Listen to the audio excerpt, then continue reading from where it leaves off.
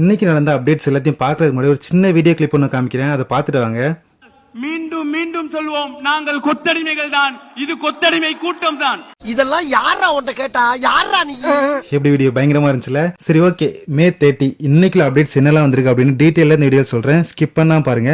அதுக்கு முன்னாடி அந்த சப்ஸ்கிரைப் மட்டும் பண்ணினா நல்லா இருக்கும். சரி, ஓகே. ஃபர்ஸ்ட் அப்டேட் என்னன்னு பாத்தீங்கன்னா, நம்ம அண்ணா வந்து சிஎம்ஆ பதவியா இருக்கும்போது ஒன்று சொல்லியிருந்தாரு. என்னன்னு பாத்தீங்கன்னா, வெள்ளை அறிக்கை வந்து வெளியிட போறோம் அப்படின்ற மாதிரி சொல்லியிருந்தாரு. அவர் சொன்னதுல இருந்து எப்போ அந்த இது வரும்னு எல்லாருமே கேட்க ஆரம்பிச்சிட்டாங்க.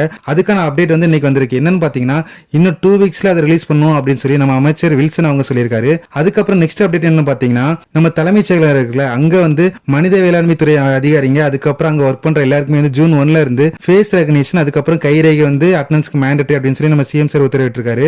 அதுக்கப்புறம் நம்ம அஜித்குமார் இருக்காங்களா, அவங்களோட அம்மா வந்து இன்னைக்கு இறந்துட்டாங்க. சோ அவங்களுக்கு வந்து ஆறுதல் வந்து சிஎம் அவங்க சொல்லியிருந்தாங்க ட்விட்டர்ல. அதுதான் இப்ப ஸ்கிரீன்ல பாத்துட்டு இருக்கீங்க. அதுக்கப்புறம் நெக்ஸ்ட் அப்டேட் என்ன பாத்தீங்கன்னா, நம்ம அண்ணா வந்து எலெக்ஷன்ல 2 தொகுதியில நின்றுந்தாரு. ஒன்னு திருச்சி கிழக்கு, அதுக்கப்புறம் பெரம்பூர். 2 தொகுதியிலுமே அண்ணா ஜெயிச்சிட்டாரு. ரூல்ஸ் படி பாத்தீங்கன்னா ஏதாவது ஒரு தொகுதியில தான் அண்ணா வந்து கண்டினியூ பண்ண முடியும், 2 தொகுதியிலும் இருக்க முடியாது. அதனால திருச்சி கிழக்கு வந்து அண்ணா ரிசைன் பண்ணியிருந்தாரு.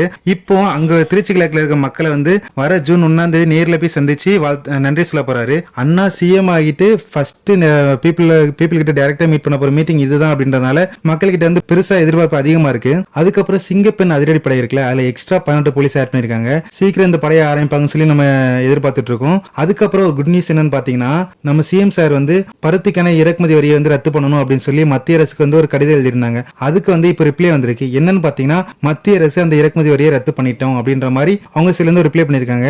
ஒரு நல்ல விஷயம் இது. சோ இன்னைக்குள்ள அப்டேட் அவ்வளவுதான். நாளைக்கு இன்னொரு வீடியோல வரேன். அந்த வீடியோ நீங்க மறக்காம பார்க்கணும்னு நினைச்சீங்கன்னா நம்ம சேனலை சப்ஸ்கிரைப் பண்ணிட்டு அதுக்கப்புறம் நோட்டிபிகேஷன் இருக்குல்ல, அதை ஆன் பண்ணி வச்சுக்கோங்க. அப்பதான் மறக்காம அந்த வீடியோ உங்களால பார்க்க முடியும். சோ நெக்ஸ்ட் வீடியோல பார்க்கலாம். பாய்.